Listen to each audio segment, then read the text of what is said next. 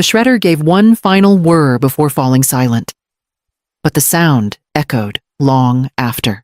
I stared at the tiny, curled ribbons of paper on the hardwood floor, my passport. My photo. The visa I waited 6 months to receive, all of it reduced to confetti. Alina brushed her hands together like she'd just completed a household chore. "Roaches don't deserve wings," she said, then laughed at her own cleverness. She didn't even look at me when she said it. Travis leaned against the doorframe, arms crossed. He didn't look angry, just tired. Or maybe relieved. "Your place is with your family, Mom," he said softly. "Not running off at your age. At my age. As if 68 meant I was supposed to stop wanting, stop dreaming, stop living outside these 4 walls." I bent down and picked up a sliver of paper. My name. Split down the middle. Ellie on one piece, Ona on another. I didn't say a word. "Come on," Alina scoffed. "You weren't really going to Paris. That was just something you told Camden to feel important." "I had a flight at 8. I replied. "That was real," she said, feigning shock. "You really thought you could leave us?" I turned to Travis. He looked away. I didn't shout. I didn't cry. I just let the silence stretch until it made them uncomfortable. "I'm going to bed," I said. Voice steady. "You'll need someone to make Camden's lunch tomorrow." I assume that's still me. Neither of them answered. I walked down the hallway toward the laundry closet they call my room. I passed the hallway family portrait Alina, Travis, Camden in front, me off to the side. Like a distant cousin, even the dog had a more central spot. Inside my little space, I sat on the cot and exhaled slowly. My hands were trembling, but not from fear. From fury. Maybe. From clarity. I stared at the suitcase by my feet. Already packed. Already weighed. Already zipped. They thought that shredder was the end of something. They didn't know it was the beginning. 2 years ago, I sold my house. It wasn't much an aging craftsman on a quiet street with creaky floors and a stubborn front gate, but it was mine. Paid off. 2. Travis had come to me one afternoon, saying the market was about to turn, that he and Alina were stretched thin with the new mortgage.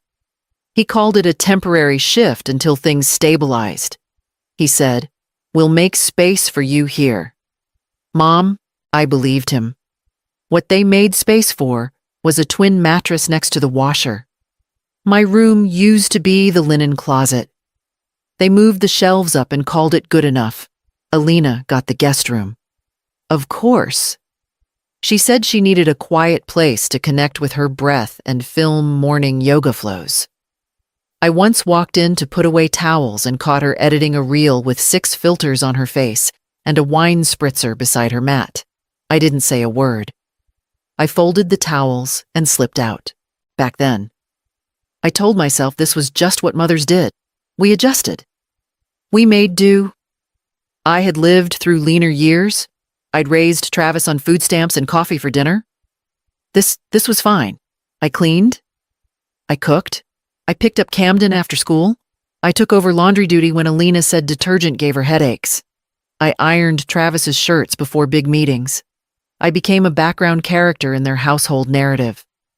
Last summer, I printed a Paris itinerary on the library computer. I'd been dreaming about seeing Monet's garden for years. I even mentioned it over dinner once. Alina had laughed. That high, brittle sound she made when something felt beneath her. Dream smaller. Leona. Or at least, more age-appropriate, she said, slicing into her salmon. You'll twist an ankle on cobblestones and end up in a French ER. Travis chuckled. Can you even walk that much? Mom, I had nodded, pretending to take the joke, pretending not to notice how Camden looked at me with confusion. Like he couldn't tell if he was supposed to laugh, too, that night. I folded the itinerary into a small square and tucked it into the back of my journal. Not because I gave up, But because I knew dreams sometimes needed to hibernate, I stared at that journal now, lying under the cot. The cover had faded from sun damage, its corners curled with time. I reached under and pulled it out slowly. They thought I'd be too old to chase anything, too tired, too used to shrinking, but I hadn't disappeared. I had just been waiting for the right moment to unfold. I sat on the edge of the cot, the journal resting in my lap like an unopened letter. My fingers hesitated at the spine before flipping it open. Tucked between 2 pages was a small envelope, worn but intact. Inside, my Canadian passport, issued just last year, applied for quietly 3 years ago. After Alina stood at the bottom of the stairs and yelled, "You live here. You don't go anywhere." She was angry that day Camden had a fever. Travis was late getting home, and I had asked for one night off to visit an old friend who was passing through Seattle. Just dinner. 2 hours. Her words sliced through me like glass. That night, I stayed up till 2 in the morning researching citizenship by descent. My late husband, Henry, was born in Montreal. It took forms, notarized documents, a phone call to his distant cousin who still lived in Quebec. It took time, but it was mine. My name, my bloodline, my escape route. I unfolded the visa papers next. Printed, laminated, neatly stacked. Proof of my plans, my worth, my right to exist outside their shadow. Next came the flight confirmation departure at 8:12 a.m. Seat 14A, non-refundable. And still intact, I laid them on the cot like artifacts of a future they thought they had destroyed. "You shredded the wrong dream," I whispered, almost smiling. The truth was, I'd been building this plan in pieces. Every time they mocked me, I added to it. Every time Alina rolled her eyes at my schedule, I bought a new lockbox. Every time Travis said, "You're lucky to be here." I researched what lucky actually looked like, turns out. It had a skyline and a train to Giverny. I opened the back flap of the journal. There it was, a list of every document I'd copied, every account I'd opened, every password I'd memorized. Banking, embassy contact, backup health insurance, everything they thought I was too old or too foolish to manage. They assumed I was staying because I had nowhere else to go. But staying was part of the plan. It gave me time. It kept me close enough to play dumb while I grew wings where they couldn't see. I repacked the folder carefully and slid it back beneath the cot. Then I stood, walked to the bathroom, and brushed my teeth like it was any other night, because they still believed I was grounded, and I intended to keep it that way until takeoff. The security app still had Alina's picture as the icon, smiling. Filtered, polished to perfection. "We need accountability," she'd said when they installed the cameras. "Just in case anything goes missing." She looked straight at me when she said it. I tapped the feed list. The cameras covered the living room, the hallway, the kitchen. Not for safety. Not really. For control. For surveillance. I scrolled to the timestamp 10:53 p.m. Playback started. The grainy black and white footage flickered to life. Alina holding up my passport, laughing, the shredder humming, the page with my photo fluttering to the floor like a dead leaf. Travis, standing by the counter, arms crossed, saying nothing. Then his words, "Your place is with your family. Mom, not running off at your age. The file ran for 47 minutes. They mocked me. They celebrated." At one point, Alina imitated me with a hunched back and a faux French accent. Travis actually smiled. I downloaded the footage. The file size was large, but not as heavy as what it carried. I opened my YouTube channel, one I used to watch Camden's piano videos. I had 5 subscribers. 2 were bots. I uploaded the video as unlisted, checked the resolution, and set it to publish at 8:15 a.m. right after I took off. Caption: They said I didn't deserve the sky. I disagreed. It wasn't for revenge. Not really. It was for the version of me who needed someone to say, I saw what happened to you. You weren't crazy. You weren't dramatic. You were just alone in a house full of people who liked it that way. I opened my journal again and tore out a blank page. Dear Camden, if one day you ask why Grandma left without saying goodbye, I'll hand you this. I hope you never need to watch it. I hope they're better to you than they were to me. But if they're not, this is the truth. I loved you every day I stayed, and I loved you even more the day I left. I folded the letter, slipped it inside an envelope, and tucked it between the pages of his favorite bedtime story, The Red Balloon. It sat on the shelf in the guest room. Alina never let him sleep in, because pillows don't photograph well after kids use them. I checked the time, 12:19 a.m., 3 hours until my ride arrived. I sat in the dark, not moving, not thinking, just breathing in the stillness. They thought silence meant surrender. They were wrong. The hallway light clicked on as I stepped out with my suitcase. The silence of the house cracked like glass. Alina appeared first, arms folded, lips pursed. Going somewhere, she asked, voice sugar-coated with spite. I didn't answer. She let out a small laugh, to where the mailbox behind her. Travis emerged, rubbing his eyes. Mom, it's the middle of the night. What are you doing? I'm leaving. His brow furrowed.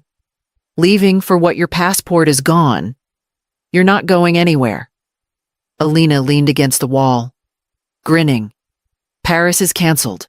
Leona? Try the backyard. Less tragic.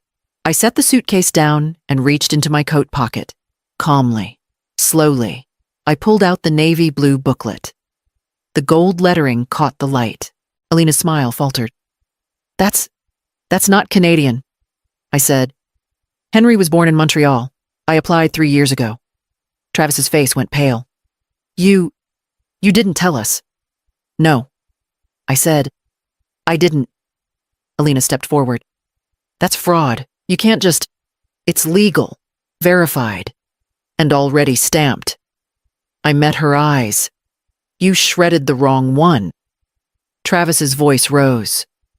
You think you can just walk out of here after everything we've done for you? I tilted my head. What exactly have you done for me? Travis. He opened his mouth, but nothing came out. You mean the closet I pay rent for? The childcare I provide for free? The cooking? The cleaning? Or do you mean the dignity I gave up every time you both pretended I didn't exist unless you needed me? I told you this would happen. Alina hissed. She's been planning this. Of course I have, I said. It's the only way to leave people who confuse sacrifice with servitude. Travis pointed at the suitcase. You walk out now, and we're done. No support, no family, nothing. I stared at him. You say that like I've been getting something. He flinched. Alina looked away. My phone buzzed a text from Amy. We're here. In the driveway. I reached for the handle of my suitcase and turned toward the door. And that's when I saw him. Camden, standing at the top of the stairs, barefoot in Spider-Man pajamas, eyes wide. He clutched the banister like it might explain something. I softened. Hey, sweetheart. He didn't speak, just nodded. Almost too small to see. I stepped closer, kneeling until we were eye level. I'm going on my trip now, I said gently. You remember the one with the gardens, Monet? He blinked slowly, then whispered. Will you send pictures every week? I promised. Tell your teacher Grandma finally made it to Paris. I stood up and turned back toward the door. Alina was frozen. Travis looked like a man who had built his entire house on a lie and finally saw the cracks in the foundation. They didn't follow me, didn't try to stop me, because they knew I wasn't bluffing, I wasn't breaking, I was leaving, and this time they couldn't clip anything. The air in Paris felt different, cleaner, maybe Or maybe it was just the first breath I'd taken in years that didn't taste like sacrifice. Marisol stood just beyond customs, holding a small bouquet of peonies and grinning like I hadn't kept her waiting for nearly a decade. We hugged, wordlessly at first. Her scent, bergamot and rosemary, took me back to when we used to sit on opposite desks in the teacher's lounge, passing contraband chocolate under stacks of papers. "You made it," she whispered, her voice thick with emotion. I really did. That evening, we walked along the Seine, her arm looped gently through mine. Tourists bustled past. Couples posed for photos, and a street musician played something soft and steady near the water. We crossed a stone bridge just as the lights on the Eiffel Tower flickered to life. I stopped there, leaning against the railing, the river glittering below. The ache in my chest, the one I'd carried since Henry died, since I sold my home, since I was called a burden in my own son's house, finally loosened. My phone buzzed. At first, I ignored it. Then curiosity won. The video had gone live, and it had gone viral. Title: Daughter-in-law destroys Mel's passport to block international trip. Over 320,000 views in 6 hours. Thousands of comments support. Outrage. Disbelief. Screenshots of Alina's face mid-smirk had become memes. The line "roaches don't deserve wings" was being quoted with disgust. People called her cruel, entitled. One comment read, "This woman's been everyone's mother or grandmother at some point. We see you." Alina's Instagram had gone private. A quick search showed brands pulling back. Travis's accounting firm had also been tagged. Multiple users claimed he'd helped clients hide personal expenses as business costs. Someone posted screenshots of his lifestyle blogs, comparing them to luxury write-offs. I didn't feel triumphant. I didn't feel cruel. I just felt free. I ordered a basket of warm croissants from a cafe near the bridge and took a photo, nothing dramatic, just flaky pastry on linen, a small espresso, and the tower blurred in the background. Caption: "Roaches don't deserve wings. Good thing I'm not one." I hit post. Marisol handed me her scarf when the wind picked up. I wrapped it around my shoulders and closed my eyes for a moment. The girl who once folded her Paris itinerary into a journal was gone, and the woman I became, she had a view they'd never earn. It began quietly, just a blog post. I didn't plan on writing anything. I had told myself that peace meant walking away, not looking back. But one afternoon in Montmartre, sitting at a cafe table with Marisol and watching strangers greet each other like old friends, I realized that peace without voice wasn't peace at all. Marisol slid a notebook across the table. "Start small," she said. "Tell the truth. Not for them, for you." So I did. The post was titled, "How I Earned My Flight 1 Closet. One passport. One lie at a time." I wrote about the cot beside the washer, the itinerary I folded away, the closet I paid to stay in while being told I was a burden. I wrote about silence, what it costs to keep it, and what it gives when you let it go. It wasn't angry. I wasn't trying to hurt anyone. I just needed the record to exist. By the next morning, it had been shared 6,000 times. I didn't even know that many people cared about stories like mine, but apparently they did. Women wrote in: teachers, retired nurses, single grandmothers. They said they'd been the invisible one in their homes. The helper, the cleaner, the ghost in the hallway. A small wellness company called Still Here reached out. They offered me a monthly column. Nothing huge, just space for my words and a modest payment. I said yes. Then, a week later, I received the email from Alina Risto. Subject: "Take it down, body. You've ruined us. My reputation is destroyed." Travis lost 2 major clients. Camden's being questioned at school. This is malicious, and you know it. We gave you a home. This is how you repay us. I stared at the screen for a while. Then I went to my phone and found the photo I'd taken just that morning, the Eiffel Tower rising behind a tree just beginning to bloom. The sky soft with spring light. I attached it to my reply and typed one sentence. You did that yourself. I just stopped covering for you. No rage, no explanation, just the truth. I closed my laptop and walked back to the balcony. The church bells rang in the distance, and someone down the street was singing off-key but joyfully. I didn't feel powerful. I didn't feel vengeful. I just felt like myself again. Quiet, steady, and finally unburdened by the weight of pretending. And this time, I had no intention of disappearing. I'm writing this from a small cafe tucked between two alleys in Lisbon. My coffee's gone cold, but I don't mind. The view is better than any warmth a cup could give. 12 stamps now. 12 borders crossed. 12 places where no one knew my story, only the version of me I chose to bring. They thought grounding me kept me safe. But it only kept me small. My suitcase is scuffed at the corners, the handle worn, stickers peeling.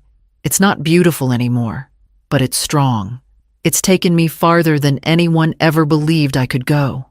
I left to see the world. I stayed gone because I saw myself in it. I check my watch. In 3 hours. I'll be on a flight to Prague for a workshop I'm leading, something about rebuilding after erasure. I still get nervous before I speak. But I've learned that fear is just proof you're living outside the walls they built for you. I zip my bag closed, tuck my journal inside, and glance at the empty plate where a pastel de nata used to be. There's still so much left to taste.